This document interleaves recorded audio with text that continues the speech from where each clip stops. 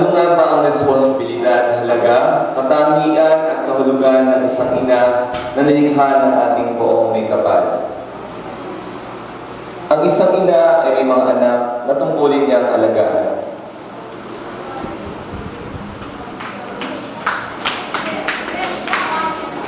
Oy, tama na yan.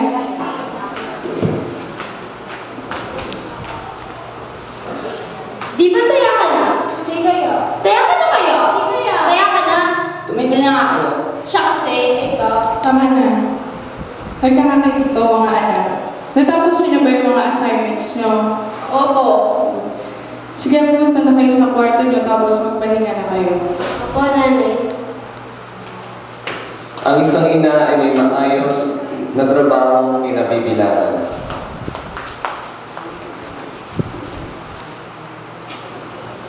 Good morning, ma'am. Please come in. Ma'am, we're going to pass a resume for the position of protagonist. Okay, let's see. Excuse me, ma'am. Ay, wala. Okay na. Okay. Thank you. Just wait for my call. Okay, ma'am, thank you po. Ang isang ina ay may mga problemang hinaharap, ngunit nasusolusyonan.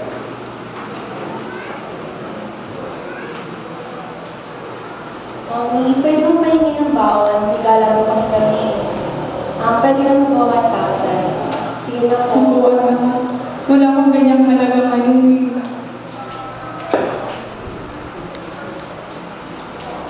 Mami, meron kami dito na trabaho next week. Pwede po ba kumakanila lahat?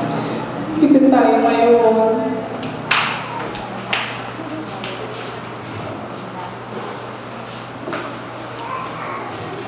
Mami, alam mo yung pinaka-latest na cellphone? Bili ba ako ng gano'n? Mami, ako rin po. Gusto ko na rin po ng cellphone. Masyado pa kayong bata dyan. Hindi pa kayo lumapit kayo. Alam nyo, sa ngayon hindi ko pa may bibigay yung mga kailangan nyo o yung mga gusto nyo. Pero sana pagdating ng panahon, bibigay ko din yung lahat sa inyo. Sige po, Mami. Ang isang ina ay isang mabuting may bahay.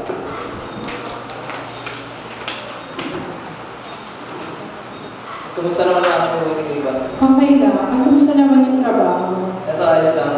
Maganda kita, hindi kasi matrapin na. Sige. Sige po, hindi na ako.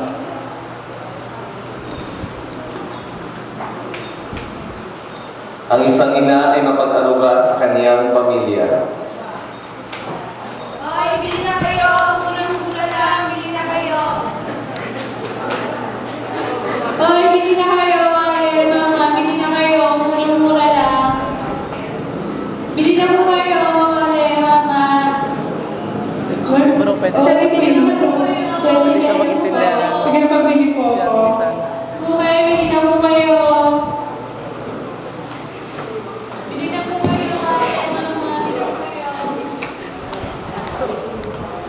Ay, Mare, na kayo! Ay, bili na kayo! Eto, magkano to? Yan, 20 na lang pala. Sige po. Ayan, salamat, Mami. Thank you. Ang isang ina ay may takot at tunay na lingkod ng Diyos.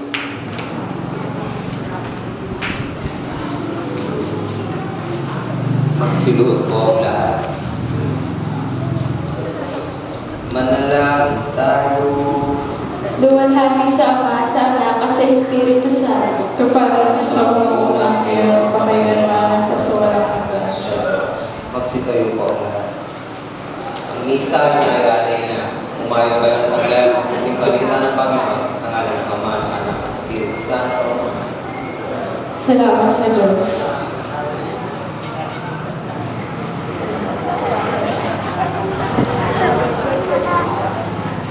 Katunghayan niyo po ang iba't ibang responsibilidad at tungkulin ng isang ilaw ng tahanan.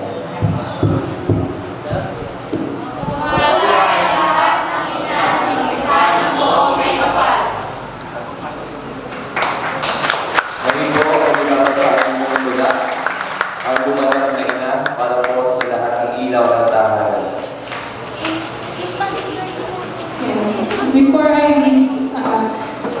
poem.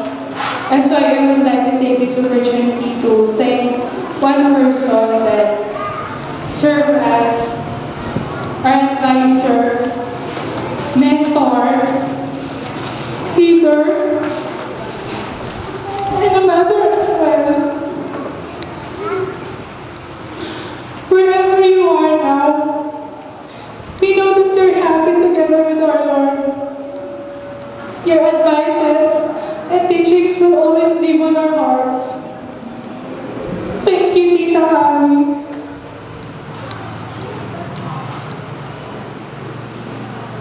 What mother means?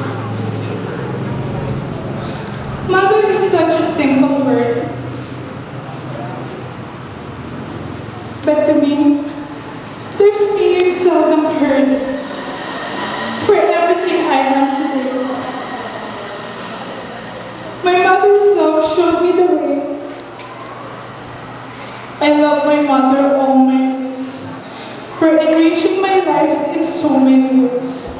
She set me straight and then set me free. And that's what the word mother means to me. Thanks for being a wonderful mother, Mom. Happy Mother's Day po. Sa inyong mga minaw ng tahanan, kayo po ang nagsisilbing liwanag na siyang gabay at instrumento ng Panginoon para sa kanyang mga layunin sa ating lahat. Salamat po sa lahat ng sakripisyo, pagbibigay halaga, mga pag-aaluga na di matatawanan, at higit sa lahat, ang pagbibigay ng tunay na pagmamahal sa amin bilang inyong mga anak. Kaya ngayong umagang ito, dapat po kayong pasalamatan at bigyan ng parangal sapagkat kayo isa sa tunay at napakagandang regalo ng Diyos sa bawat pamilya na inyong kinabibilangan. Panatilihin ang inyong liwanag, mga nanay. Mahal na mahal po namin kayo bilang aming ina.